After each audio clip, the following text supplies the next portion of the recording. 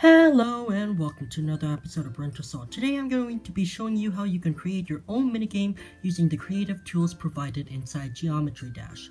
Before we begin, I would want to say that if you want to stay tuned to watching more of my tutorials, make sure you go ahead and subscribe and hit the bell for notifications so that you get notified every time I upload tutorials, live stream, or whatever I feel like doing. So on that note, let's get right into the tutorial.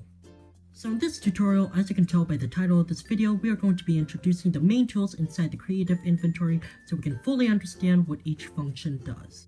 First and by far the most important tool in order for the minigame to work is the touch function, and basically what it does is when you start the game and tap on a specified part of the screen, or if you are in a computer, press spacebar or up key, it will activate a group, kind of like a light switch.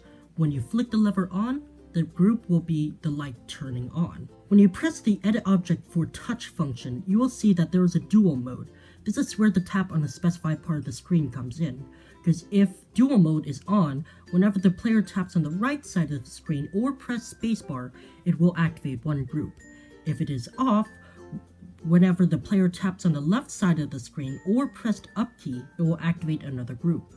Geometry Dash sadly is restricted to controls since they only have two sides that you can click on, but you can manipulate them to have even more controls such as double tapping one side, holding or tapping both sides at the same time, and much more. But we'll get into that later since this is only an introduction to the functions. Second most important tool that I think would be essential to a minigame would be the spawn function.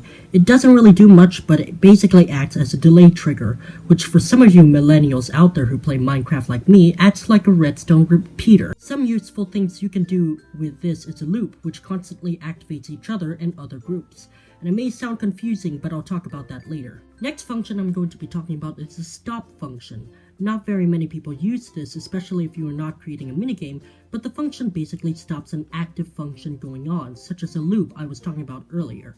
This is extremely useful when you are trying to stop an object from rotating or moving. Similarly, like the stop function, we also have a toggle function, which, like a stop function, would stop an active function, but the only difference here is that you cannot activate it again until you toggle it back on. In the next tutorial, we are going to be creating a four-way directional player that will use the toggle functions to change directions. Moving on to the collision, which I think is one of the most confusing parts of learning, its function is to check if one object touches another object.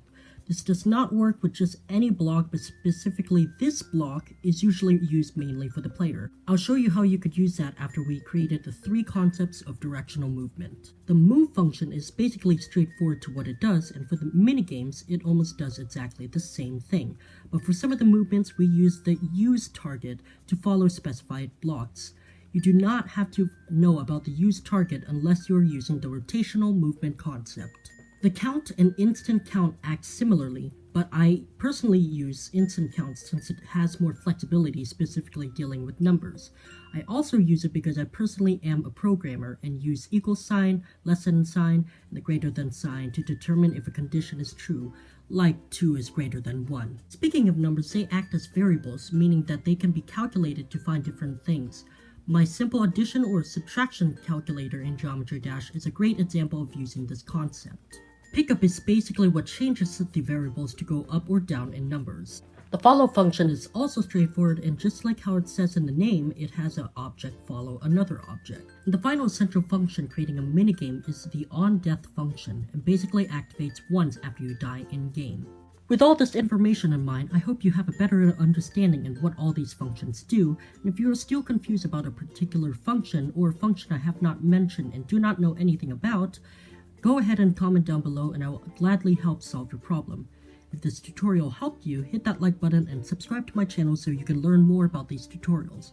Here are some of my designs and levels using minigames to give you a general idea on what this whole tutorial will cover. On that note, that covers everything. So thank you guys so much for watching, and I'll see you guys in the next video. Bye bye!